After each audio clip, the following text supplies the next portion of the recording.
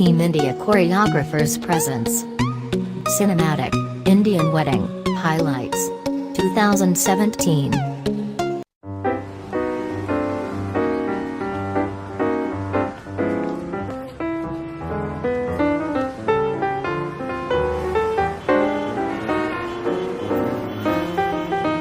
My name is Ronnie Mazumdar and I live in New York City. I work for Johnson & Johnson in the technology division, and I'm also a passionate entrepreneur. One of my ventures actually is a restaurant in the Lower East Side named the Masala Wala. Overall, I'm just having fun with life. I think that's my real profession. In about a month, the real show begins. My life is going to have a whole new meaning. I'll be a married man. I'm going to be in India, jumping in the middle of crazy chaos with all these guests, my friends that we're expecting from around the world. It's going to be a traditional wedding. We're going to follow every ritual out there, and it's going to go on for more than a few days.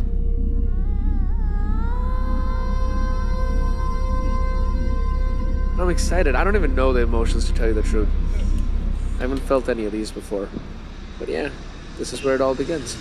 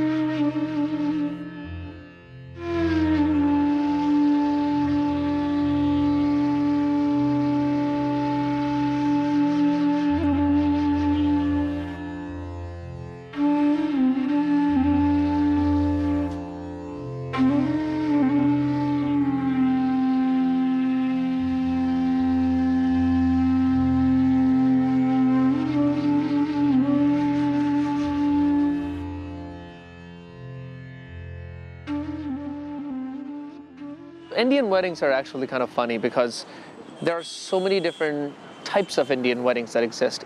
Each part of India is different. They eat different food, they speak a different language, the cultural aspects are different.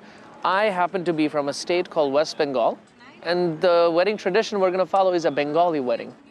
A Bengali wedding is all about tradition. It's about understanding who you are, understanding your past, your religion, your background, and bringing it all together. Clearly, I didn't do an internship on weddings before, so I had no idea what I was about to get into. And neither was there a book that I could have studied to say, okay, well, this is what I'm about to face. I kind of said, I'm going to just have fun, just go with the flow. I just can't wait to show you what an Indian wedding is really like.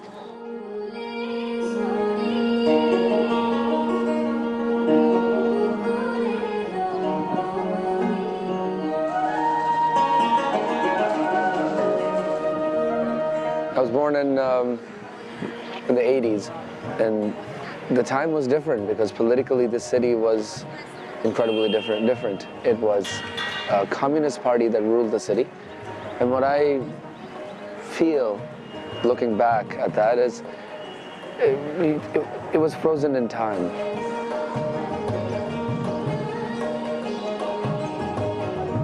There were not many developments that were happening. It was a city that life every single day felt the same. But for a child who was here for the first 12 years of his life, that was an incredible experience because to me, all that didn't matter. What mattered was this local community on these streets. People would play cricket.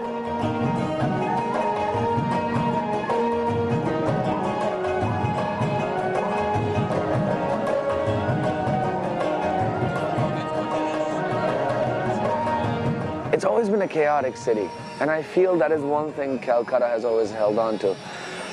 That has not changed. You hear the sound, there's still construction, there's noise, there's dogs barking to people yelling and taxis honking. That's what the city is about.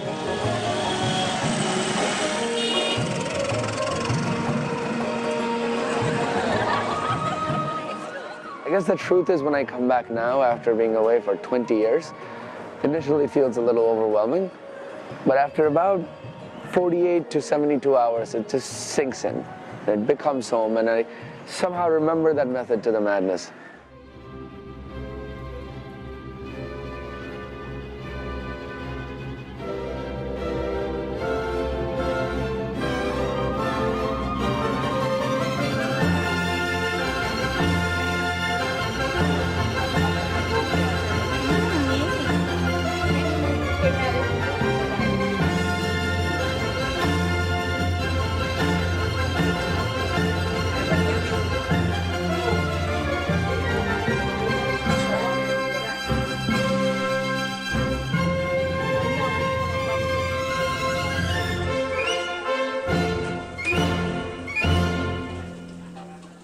For a wedding, it actually starts off with what you call a mehndi in a lot of cases. So it's not a typical thing, but you'll see these hand arts on the girl's hands.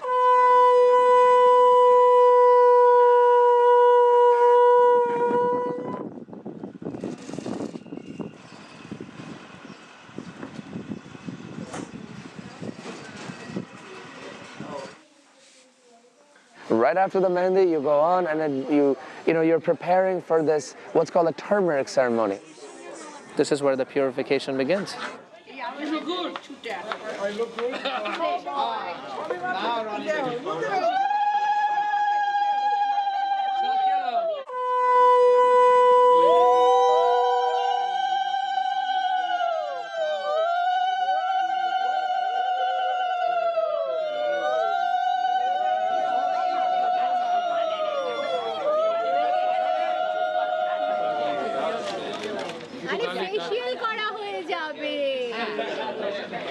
You put turmeric paste on the groom's face or the bride's face so that they get that inner glow. Turmeric is extremely good, and you mix that with oil.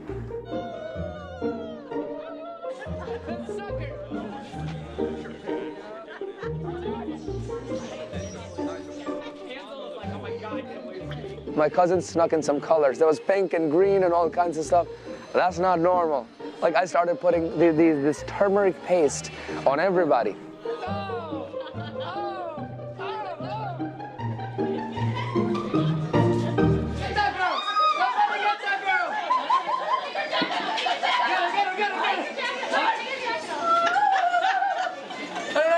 This is my niece. Oh boy.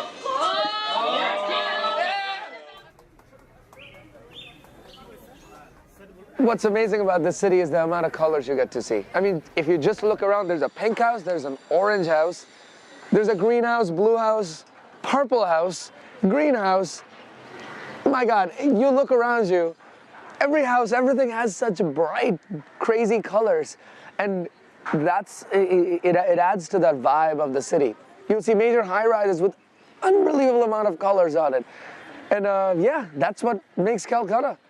It's part of that feeling. I don't see much of that in New York. New York is very, steel and glass and that kind of a feeling. It has its own vibe. But here, look around you, just standing on this rooftop, it's kind of cool.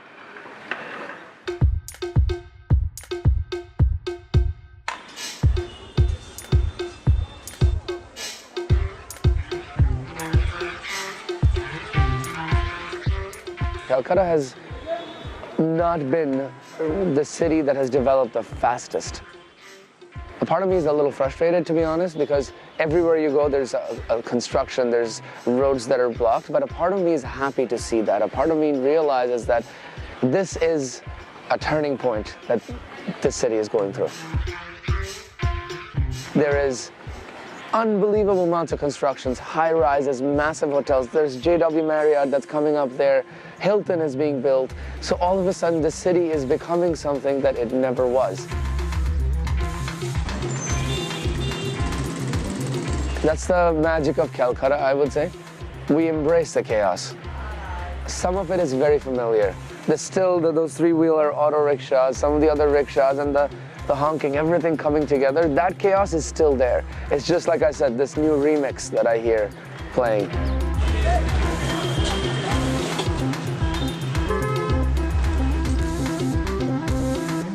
Very happy to be back.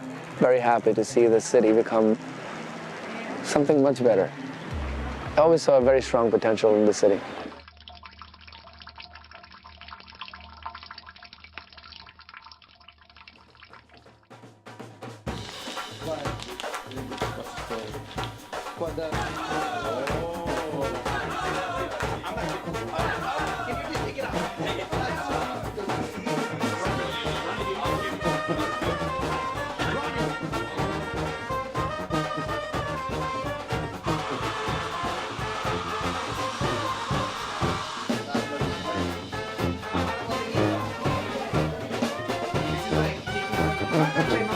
Yes, there you go.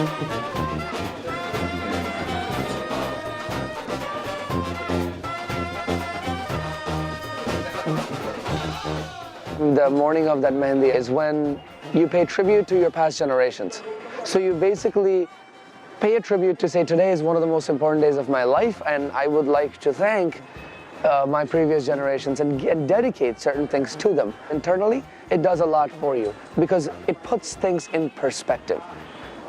There's a whole big story behind this car. When my parents got married, they got married in an ambassador car. And they actually decorated the car with shola, that's what we call it, as opposed to flowers. I kind of wanted to relive that. I think this is the best gift that my father could have given me for the wedding. Despite all that he has done, it just meant so much to me.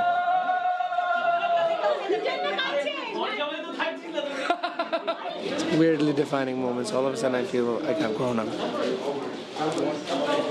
Oh my God. I'm পাল দিয়ে দিয়ে দে এক বছর ধরে জিমে যাইনি Yes.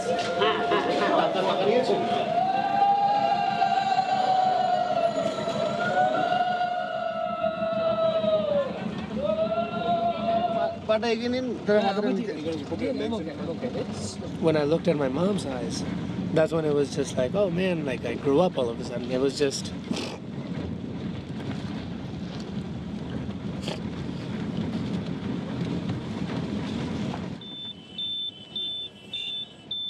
It's called the little groom, and he gets to see how it works. So then one day when he grows up, he goes through the same process. That's what it is. So this is my nephew. So you always take a little person with you. By a little person, I mean a little kid. Understudy.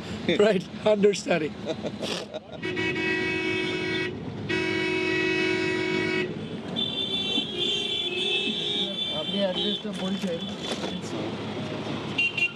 There's no other city that can sound like this. You know, every city I feel has a very distinct sound. And if I close my eyes, and if you don't tell me where I am, I can tell you this is the sound of Kolkata. As crazy as it seems, the roads and the traffic and all this mess, there's a huge nostalgic element. A friend of mine was asking me last night, she's like, you had keys to the whole world. You chose Calcutta. It had to be Calcutta.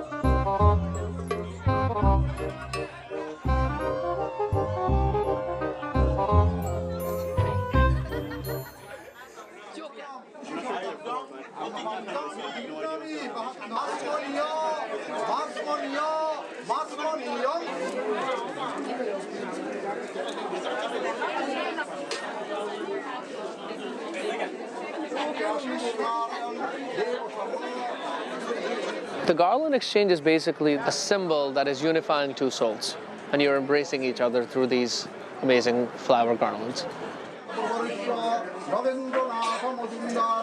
The prayers have a tremendous amount of meaning. It goes all the way back to hitting your soul. What's interesting is I was taking it so lightly, but inside it is really different from having a court marriage. As you echo those words, it has a lot of meaning behind it that you take away even after the wedding. The reason for the presence of fire there is because it's the purest element that exists, and you're primarily taking an oath to be with your wife and spend 7 lifetimes with her at least. So that's the meaning behind it.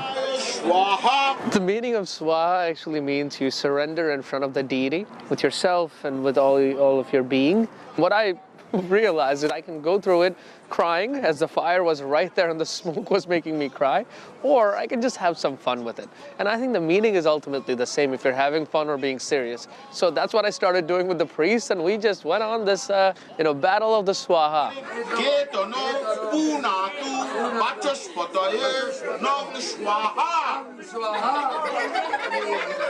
Since I was having fun with it, I think my father even slapped me at one point. But yeah, like I said, the ultimate context and the meaning in my heart was the same.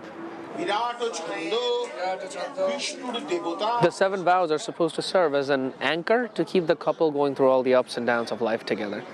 And as husband and wife, they're tied to each other and in a sacred relationship. And it has many strong mythological roots, which is meant to be lived forever.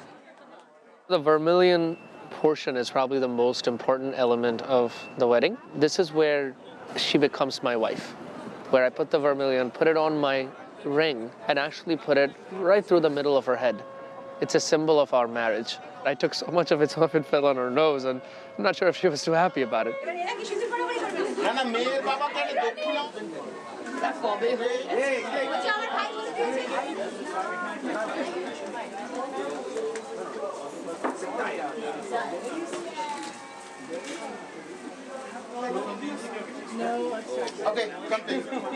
What an amazing process. God, I just loved it. Especially sitting around the fire, that moment, you sort of forget the world, and it's just the two of you.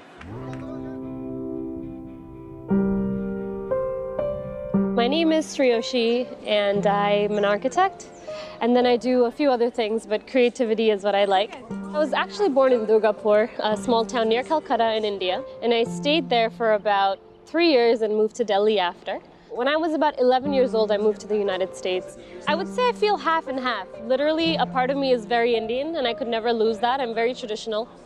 But a lot of me is independent, and I guess that's a New Yorker in me. The Indian bride is the embodiment of the goddesses, and there's a few of them in Hinduism. One being Lakshmi, she's the symbol of wealth, she's the symbol of prosperity. So the jewelry I was wearing was a symbol of just bringing in good luck to the family. And then you have the goddess Durga, who is the symbol of courage and surpassing any obstacles that comes along her way. So you're basically a symbol of all that you're bringing with you and all that you're to become.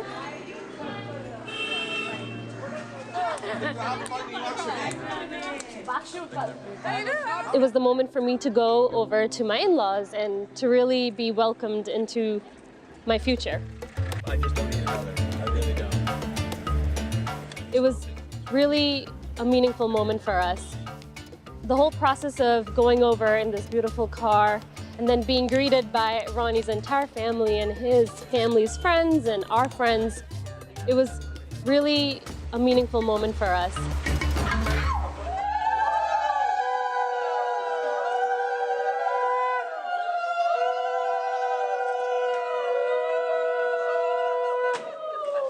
After that process, I had to walk up the stairs and my feet were covered in red alta, and this is this beautiful powder that gets covered along your ankle, your toes, and it means that you've now become a woman, really. And you're walking up to your new life, and you are bringing wealth, happiness, and good luck into your husband's family. I had to actually hold on to this fish in my hand, and it was wiggling around in my hands, and I was so nervous. The process of holding that, along with this jug of water, was a symbol of wealth and also not letting go of the happiness that I currently have at that moment.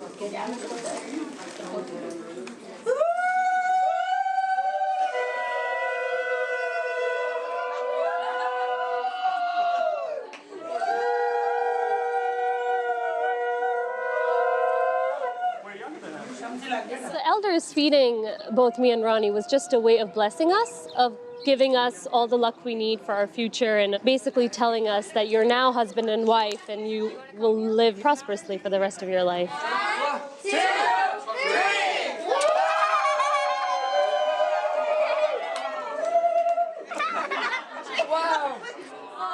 There was the whole night right after the wedding called Kal Ratri, which means it's the black night. It's said to be bad luck to see your husband that night, so you have to stay separate. Hey, Surayoshi, I'll see you at the roof. I think it was overall meant to be a way for you to be patient to start your life together and also to pass that moment of darkness.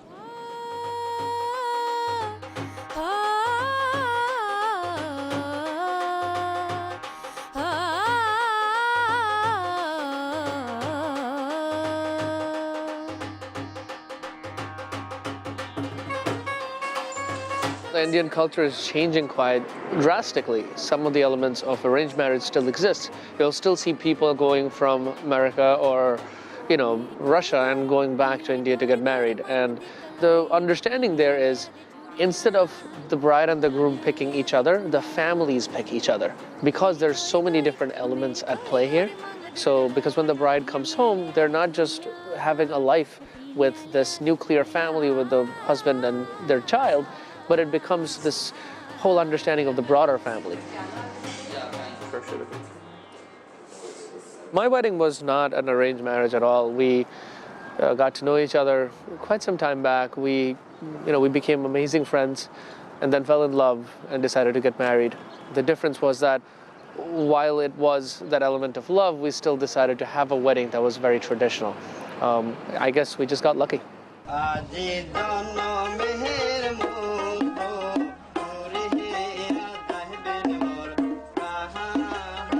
Ronnie's a really amazing and sweet guy, and when I first met him, I was a little scared of him. Scared because he was very ambitious, very grown up, and I felt like everything he's achieved in his life was really admirable. He was kind of my best friend before we even started dating, so we had a lot to talk about. Our values are from the same place, and though we've grown up in different times, I feel like our heart belongs in the same place.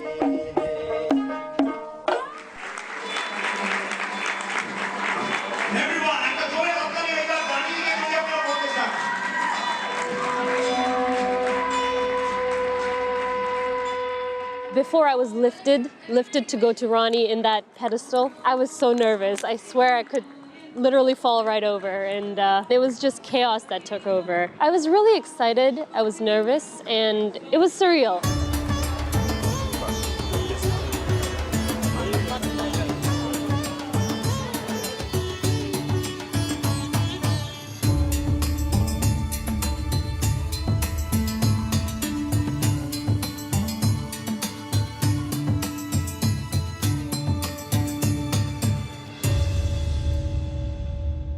As I was growing up, I had these two dolls, and it was this little groom and it was this little bride.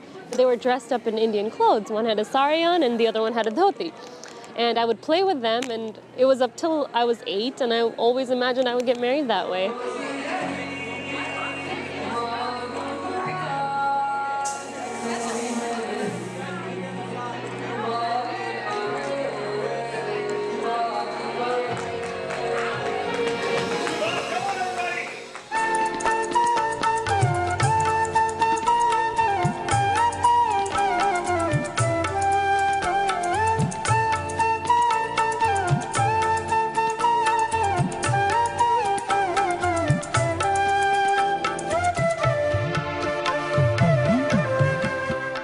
India surprisingly gave me a lot, really a lot, because in the middle of all the chaos, in the middle of all the madness, we found a rhythm, we found ourselves.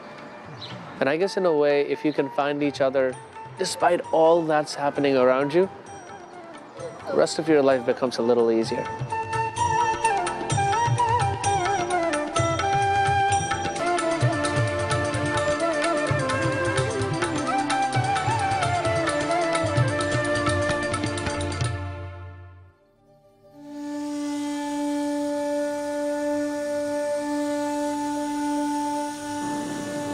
I didn't realize probably until I really got back to the United States of how much this wedding meant to me. The memories of my childhood, I will forever live on. I still close my eyes and dream of those days. It doesn't matter how perfect or imperfect society was or is. It's who I am. And that part of who I really am connected with another soul, and that was my reality. I think there are elements of India that are so real to me. It makes me who I am. And then there are elements of the usual bureaucracy, how slow things move, how crazy things can be. It just gets to me a little bit. I mean, over time I've learned to cope with some of it, but I think the love-hate relationship continues. But like I said, ultimately, I can't deny who I really am. It's that nostalgia. It's the memories of walking through the streets and smelling the food and hearing the noises of all the family members on a crazy night, just talking all night long. That's India, that's real, and that's who I am.